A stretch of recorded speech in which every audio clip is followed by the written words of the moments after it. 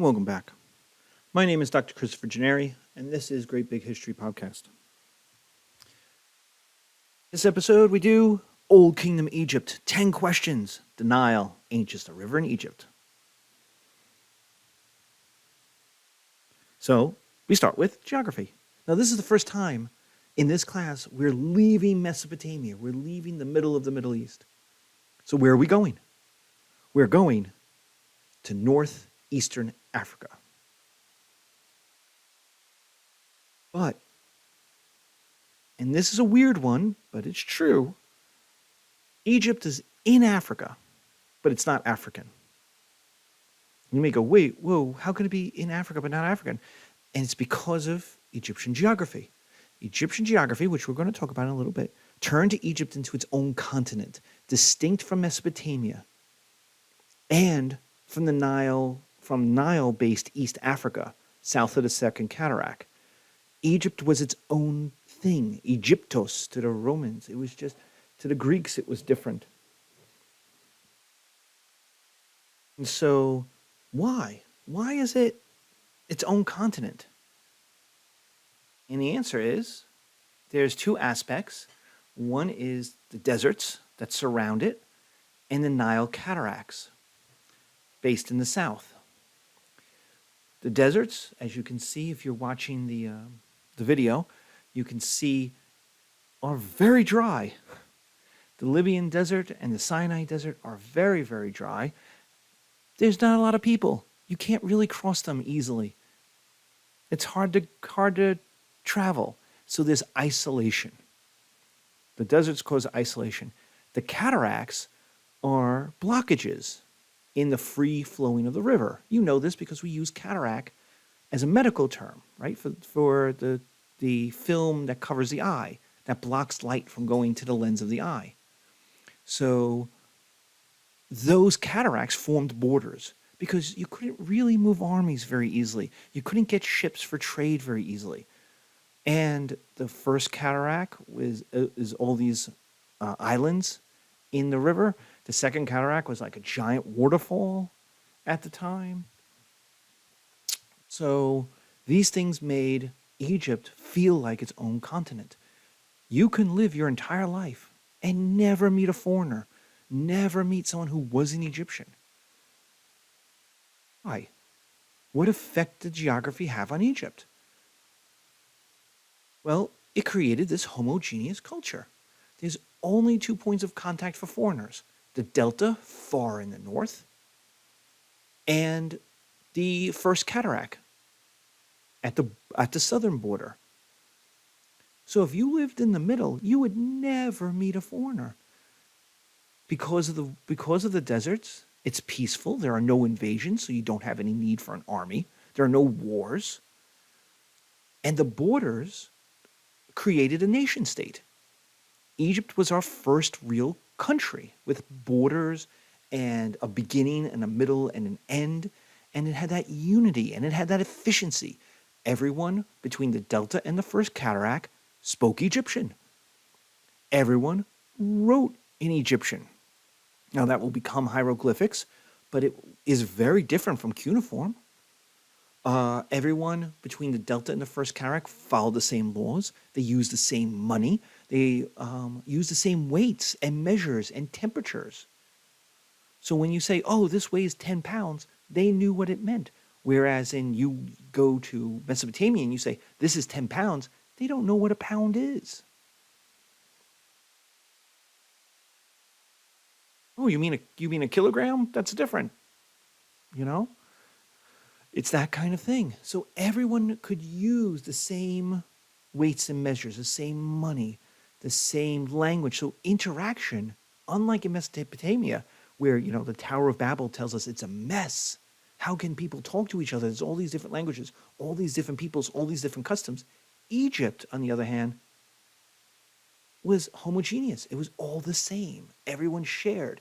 You can go from the Delta 800 miles south to the first cataract and talk to everybody. And your money was good everywhere. So why is the Nile important?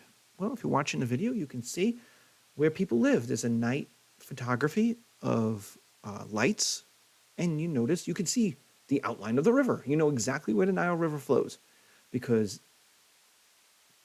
the people live on the Nile. The Nile is life.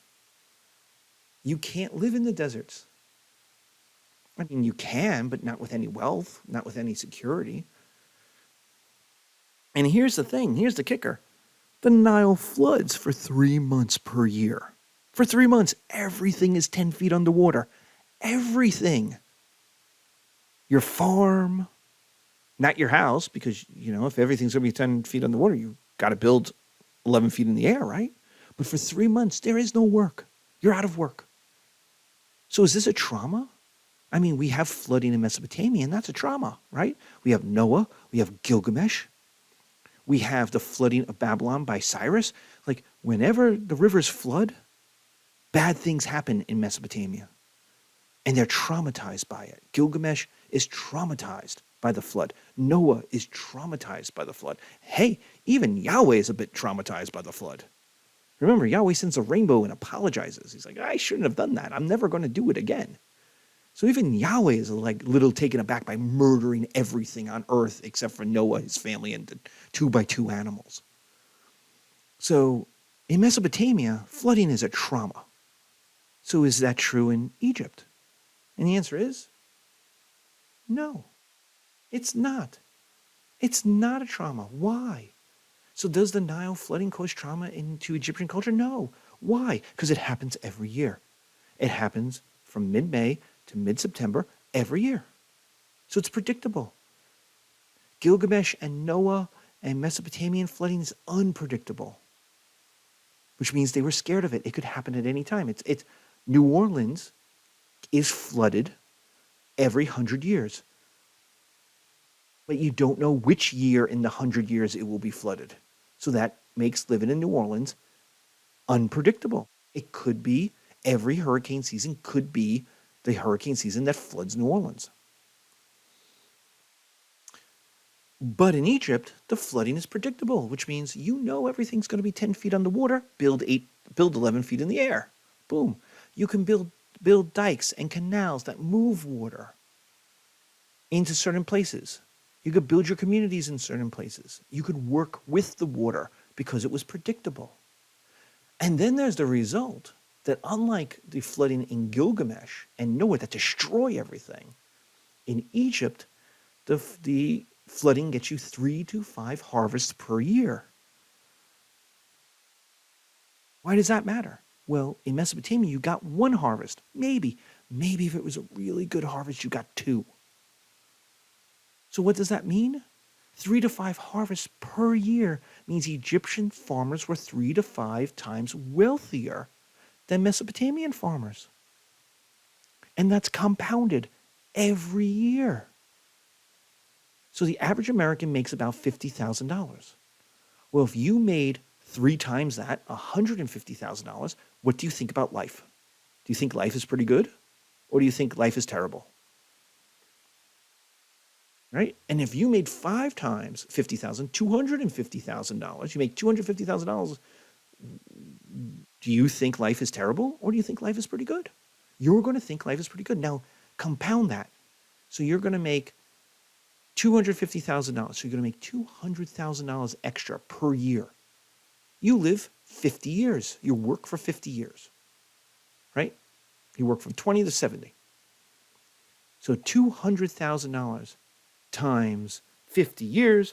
Let's do the crazy calculator. I'm sure you're all doing this in your head. Boop, boop, boop, beep, beep, beep, bop, bop, bop, beep, beep, boop, boop, boop, bop. We'll get the calculator machine. 50 times 200,000 equals $10 million extra over a lifetime. Let me ask you a question. If you had $10 million more than your neighbor, would you live a much better life than your neighbor? Would you think life was good? Yeah. Would you think the gods like you? Sure. Of course you do. And so Egyptians have an attitude towards life that's like, life is great. Life is so good that when you die and you wake up in the afterlife, The afterlife is exactly the same as the life that you had when you died. Think about that. Think about how good life has to be. Christians invented a whole better universe. They invented heaven, and they said heaven is way better than life. Whatever your life is, heaven is better than that. Why? Because life sucks. Life is hard. Look at the Beatitudes, right? The weak and the poor and the diseased and the lepers and they're like the slaves. Everybody's a slave to the Romans. And they're like, oh my God, life is terrible. And the Christians are like, whoa, there's heaven. What's heaven? Heaven is awesome. Well, I like that. How do I get some of that? Become a Christian. Okay. Right? Other Mesopotamian people, including the Greeks, have no afterlife. Like you go and you become a shade and you disappear. The idea of the afterlife is life sucks so bad. Why would you want to keep doing it? It's just better just to go away, man. Go back to the energy of the earth. First law of thermodynamics. The ancient Mesopotamian peoples didn't know it was the law of thermodynamics, but it is. They go back into the earth, they go back into the universe, and they don't have to do it again. Why? Because it was terrible the first time. Even if you lived a good life, it was pretty terrible. The Egyptians, on the other hand, love life, and they love the gods. And Pharaoh is super, super rich. Why? Because he's king of the wealthiest place on earth. Each of his farmers are making 3 to 5 times what the Mesopotamian farmers are making, which means he can have taxes that are 3 to 5 times higher than a Mesopotamian king. Egypt is always, in this course, the richest place on earth. In fact, Roman generals were not allowed to conquer Egypt. It was too wealthy. The Roman Senate didn't know what to do with it. It was too much money. It was too wealthy. Egyptian pharaohs are super rich, and their job is to keep the peace and make the river flood, which happens every year. So you have to understand something. Pharaoh is the greatest job humans have ever invented, bar none. Whatever job you think might be better than Pharaoh, it's worse. Pharaoh is by far the greatest job humans have ever invented. You get to be homeboy to the gods. Your godly powers are to keep peace while you're never invaded because of the deserts, to make the rivers flood, which happens every year like clockwork. You literally make the calendar to it. And you make people wealthy, which they are because you get 3 to 5 harvests per year. Like, dude, and everybody thanks you for it. Everyone's like, Pharaoh, thank you for making me rich. And you're like, no problem, man. Anytime. Like, dude, it is the greatest job ever invented. Alexander wanted to be Pharaoh. He was king of the Greeks, quote unquote. He was king of Macedonia. He wasn't actually king of the Greeks. He was like head of the Greek League, which just annoyed him to no end. He was king of Macedonia, so he had like all these uncles he had to deal with, right? He was leader of the Illyrian League, right? So he had to keep the Illyrians happy. And they're, all these barbarians who live on the edge of, the Black Sea and are, they like to kill things and be a menace. And, like, they're hard to, like, wrangle, right? He becomes king of Persia. I mean, come on. Like, Persia has 25 million people in it, the Persian Empire. And they're all different, right? And he was Pharaoh. He got called Pharaoh by the Egyptians. And, dude, he loved being Pharaoh. Like, notice, he's running around the ancient world, but he hangs out in Egypt for a while. They stay there for a while. So Egyptian pharaoh is the best job ever invented. Okay, so wait, hold on. How does pharaoh have legitimacy? Everything's great. Why do we need government? Like, here's where the libertarians are supposed to go, haha, professor, you said there were no libertarians, and you're wrong, because Egypt is so good, it is so wealthy, you actually don't need government. People can get along without government, right? Right? No taxes, right? We could have John Lennon's Imagine, right? You don't own anything, there are no taxes, there's no, like, heaven or hell to punish you, right? It's just people being people doing people stuff, right?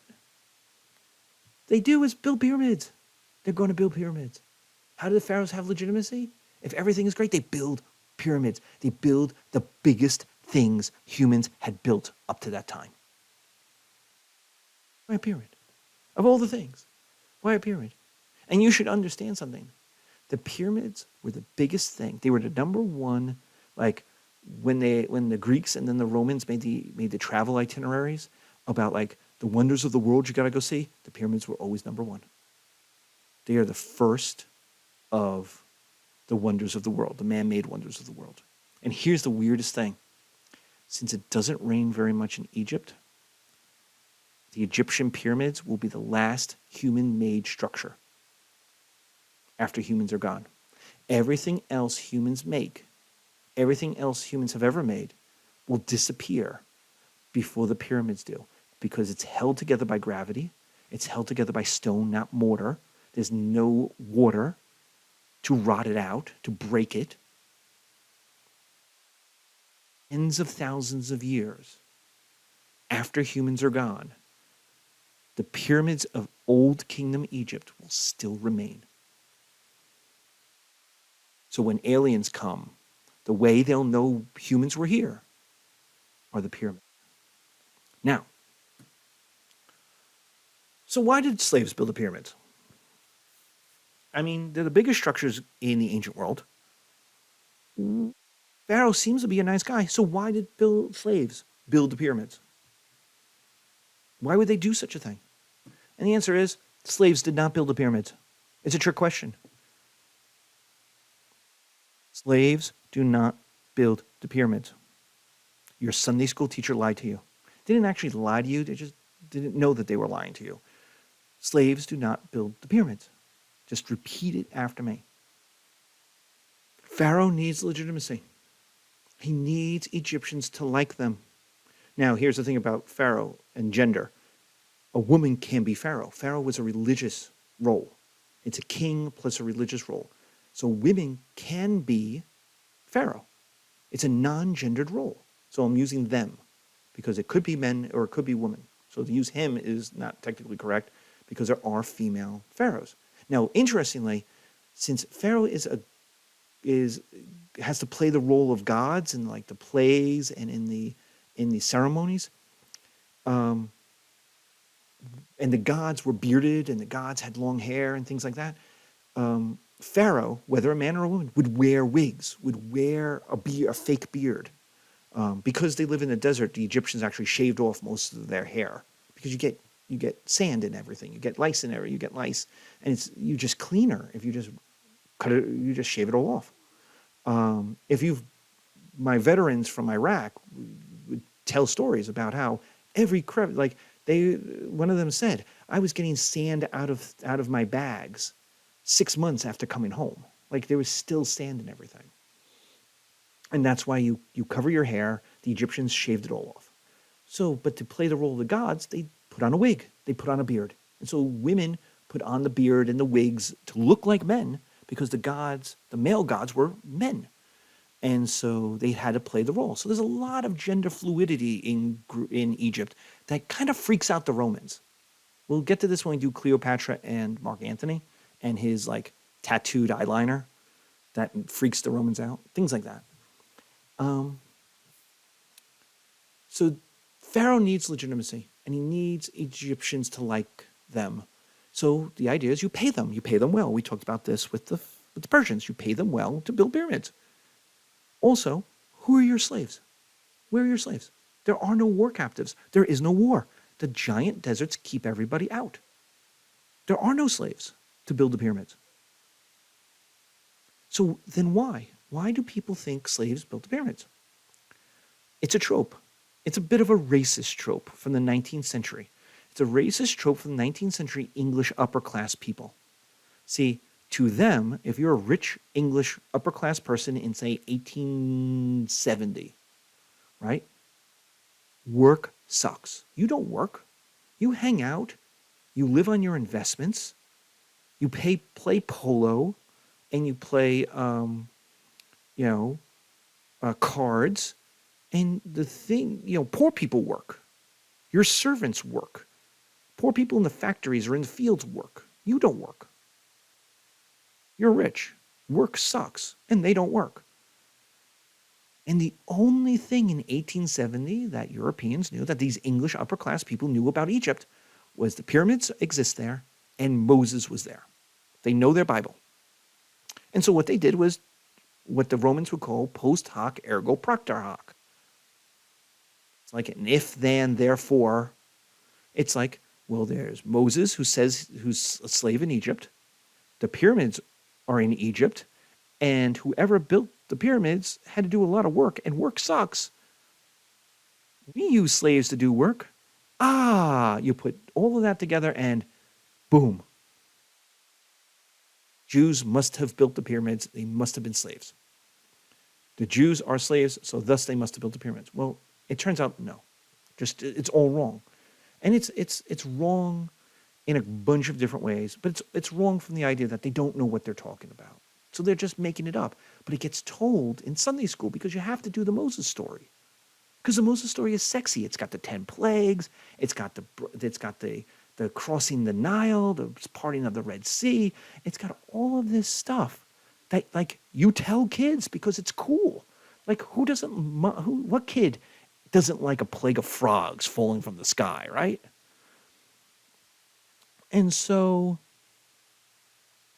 you have to do Moses if you're teaching Sunday school. And so you tell them what you think you know, which is they built the pyramids. Well, first, Exodus never says they built the pyramids. It says they made bricks. The second thing is the pharaoh that they refer to is Ramses. Ramses is a new kingdom name, not old kingdom. And Moses is 1,000 years after the old kingdom is gone. After the pyramids have already been built. There hadn't been a pyramid for 1,000 years by the time Moses, if Moses is real, if Moses is a real person, by the time he lived, we're talking 1,000 years later. Like, it just doesn't work. But it gets told again and again because it's a bit racist. And Europeans are a bit racist with their empires and their way of thinking from 1850 to at least post-World War II. And people will argue there's still, in European culture, a bit of a racism problem. But certainly from 1850 to 1950 there is. And why is it racist? Because you're saying the Egyptians aren't good enough to build their own pyramids. They can't build their pyramids. They're brown people. Come on. Like, they need white people, the Jews, to build pyramids. Now, here's the other thing. Exodus was not written at the time. The book of Exodus was not written at the time of Moses. It's written roughly 1,000 years later. 500 years later? 800 years later? It's written at a time of slavery in Babylon. There is no archaeological evidence that a large number of Jews were ever enslaved in Egypt. Not that the Jews weren't in Egypt. That's not true. Of course they were. They had communities in Egypt, but the idea that there were 100,000, 200,000 Jews being slaves in Egypt just doesn't seem to be true. The Egyptians don't talk about them that way. And there's no Semitic written anything in Egypt that we have found that argues with that. There's just not. There's not even the garbage. You would think 200,000 Jews would leave behind places that have no pigs, right? They'd have no pig bones in their garbage, right? Because pigs are not kosher. So if you find a huge garbage place that has lots of other meats, but no pigs, no fish, no like bottom dwelling fish, right? No crabs, shells, right? It'd be like, oh, right? Must have been a large Jewish population. There's just not. But it's not important if there was or there wasn't. Because Exodus is written in a time of slavery in Babylon. It's written by the Hebrews when they are actually slaves. It's historical. There's no debate about it. It is the historical fact. And they're trying to say, stay true to the culture. We survived being slaves once. We can do it again. What is the most important aspect of the pyramids? What's the most important thing to know about it? Size matters. Yes, it does. Don't let anyone tell you the size of your pyramid doesn't matter. Everyone is going to judge you by the size of your pyramid. Think about it. Think about it. Gentlemen, think about it. Think about it. When someone sees your pyramid for the first time, what reaction do you want them to have? Do you want them to have the reaction that is, wow, that's amazing. That's huge. I've never seen anything like it in all my life. That is mind blowing. It is so big. Or do you want their reaction to your pyramid to be, aw, that's cute. Oh, it's so sweet. It's so like, I want to take it with me. I want to carry it around. I want to take it home. Which reaction do you want? You want the former. Why? Why? Why do you think size matters? Why does size matter? And the answer is because the size represents other things. The size itself isn't any more important. The pyramid does not have more people dead in it. It has Pharaoh and Pharaoh's, family. That's it. It's built for one person and a few others. So why do you need to build this giant 400, 500-foot thing? Because it's a representation of power. Because size stands in for other things. Because if your pyramid is great, you must be great. Because you can only have a bigger pyramid if you have more power. How? Why? Well, a pyramid is a physical thing. So you have to build it, right? We already said no slaves are going to build this. You have to pay people. So you need money to pay people. You need money for resources. You need money for food. You need money for entertainment because these workers need to do something after their night shift, right? And all these, you need money for all the expenses, medical care, drinks at the end when everyone's done. You wouldn't pay for alcoholic drinks during the job, right? 25,000 drunk guys is bad for work. But you need money. So a bigger pyramid means you have more money. It's why do people want giant houses?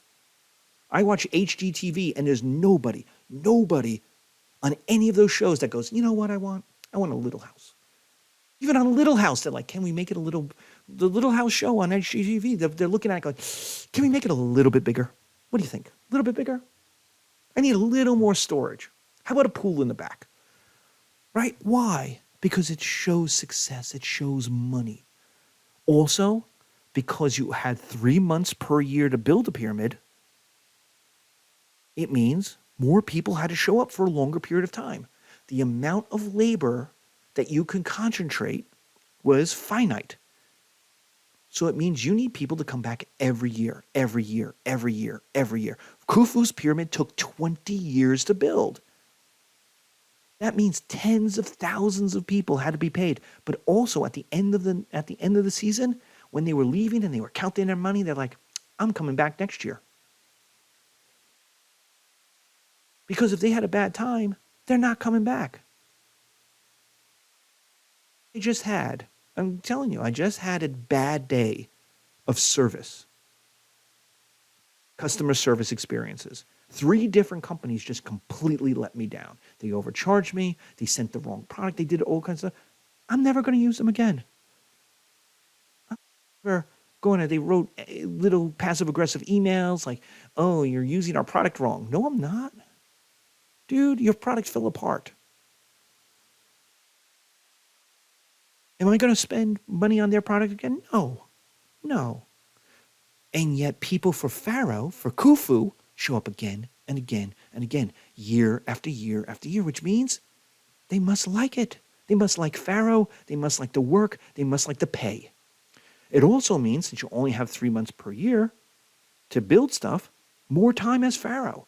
Khufu had to be for Khufu's pyramid to be built over 20 years, he had to be Pharaoh at least 20 years, which means he had to have legitimacy to ask people to show up. He had to have legitimacy to tax people. He had to have legitimacy to hire and fire and move people around. People had to accept him as Pharaoh. Nobody overthrows him. None of his brothers try to murder him. None of his uncles try to kill him and marry his wife. No. No one else tries to be pharaoh. So that's legitimacy. Khufu's pyramid is 485 feet tall. Now, you know nothing about Khufu. I will guarantee that almost all of you know nothing. You've never even heard of Khufu before. But I am telling you, he has the biggest pyramid in Egypt. So what do you think about him? Was he a successful king or a failure as a king? And that's why size matters. Because when you go to Egypt to see Khufu's pyramid. He built it in like 2500 BC. So here we are 4,000 years later, and you want to go see his pyramid. That's not a loser. That's an awesome king. It took him 20 years. It took 30 to 50,000 people a year, which means he had to pay them. He had to have a place for them to sleep. He had to have good food. He had to have good pillows. He had to have good medical care, right? Because if it's bad, if you show up and it's bad food, you don't come back. I love Disneyland. I love Disneyland. Disney World. I was an annual pass holder. I went to Disneyland Paris. Terrible food. I loved the Disneyland, but then every time I went to go eat, and I'm like, this is Paris. This is France. How do they have bad food? But they have terrible food. Disneyland Paris has terrible food. So every time I think about going to Disneyland Paris, I'm like, yeah, but they have terrible food. How long do I want to stay? Do I bring my own sandwiches? I don't know. Can I get baguettes along the way? Right? So even the food has to be good, which means you have to pay top prices for the best chefs. Pharaoh has to pay top prices for the most fresh ingredients. He can't just have stew that people go, ooh, because they won't come back. And he needs 30,000 people to come back for 20 years. It's so long that children who are not yet born when the pyramid is started are working with their parents, working with their fathers when it's over. How cool is that? And it's all because of Pharaoh.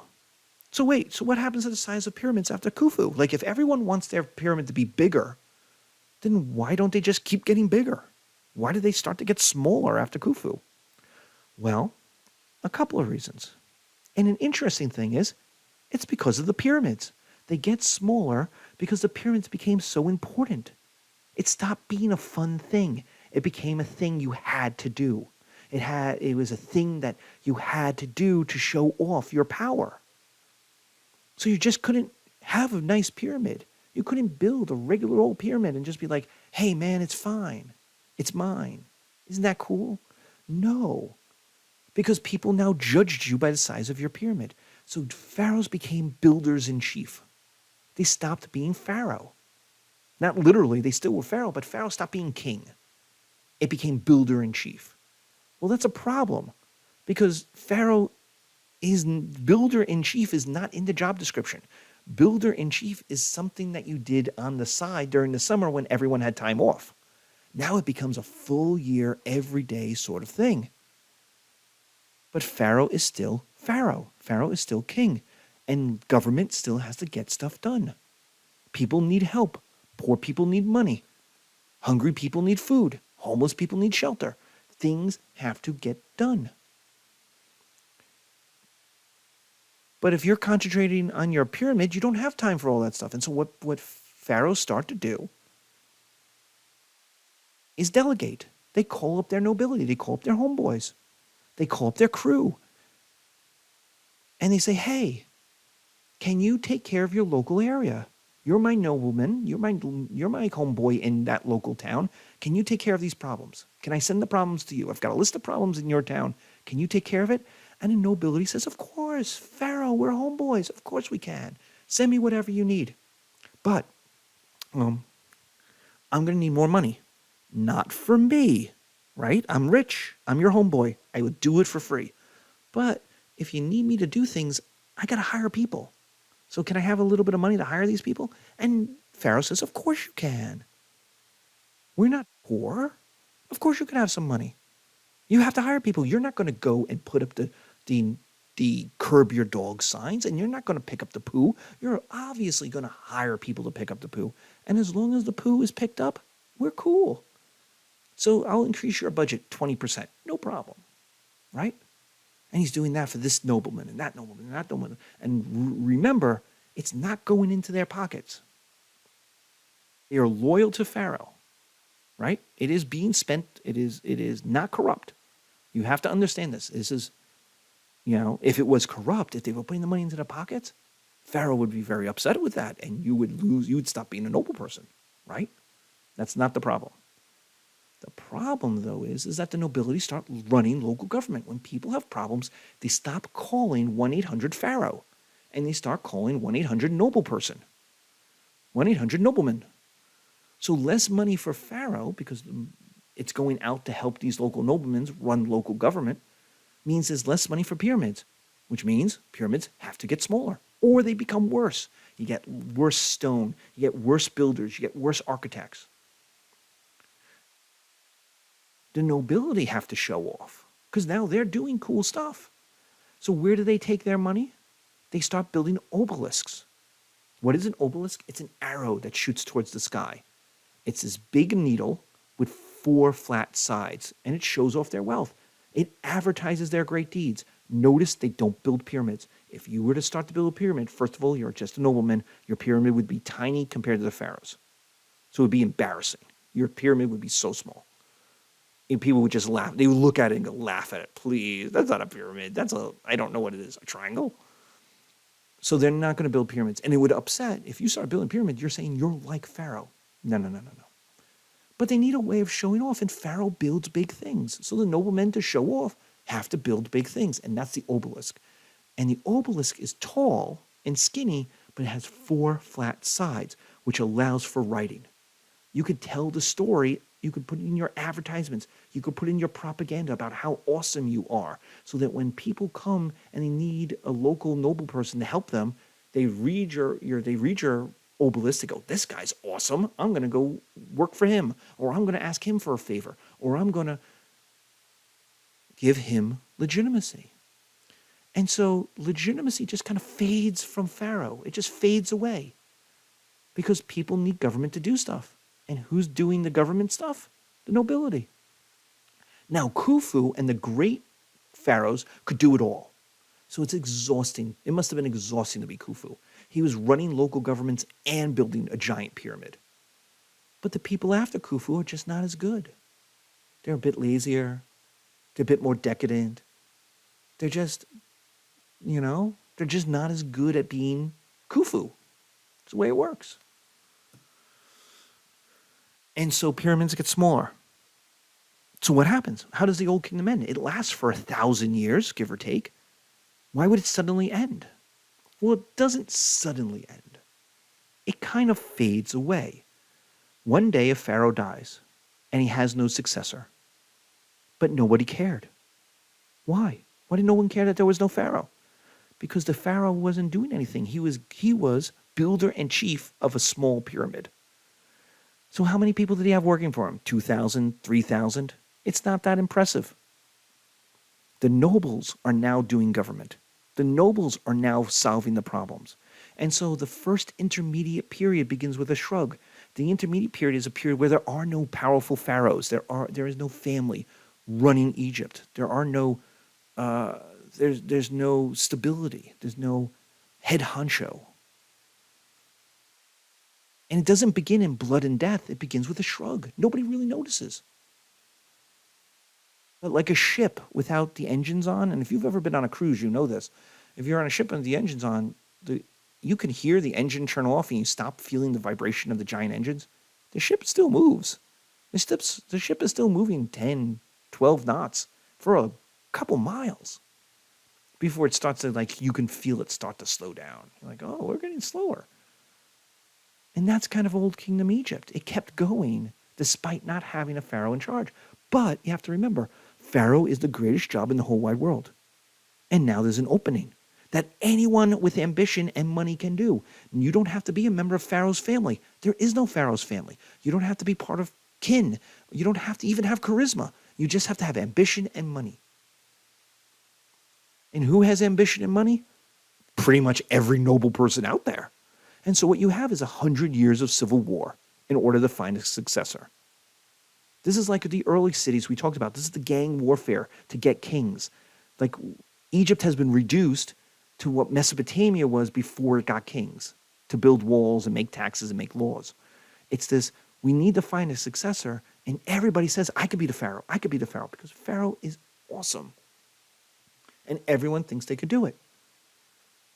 And so in our next episode, we're going to talk about who finally were the successors, who finally won, who finally defeated the nobility and unified Egypt to create what is unfortunately titled, but people didn't talk about it then this way, but it's unfortunately titled, the Middle Kingdom.